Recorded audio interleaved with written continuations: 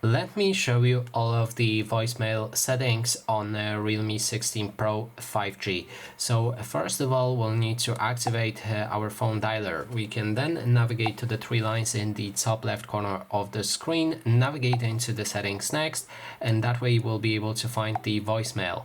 When we enter it, we can first check the notifications.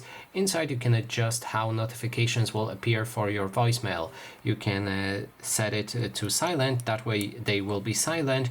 You can enable or disable them entirely with allow notifications.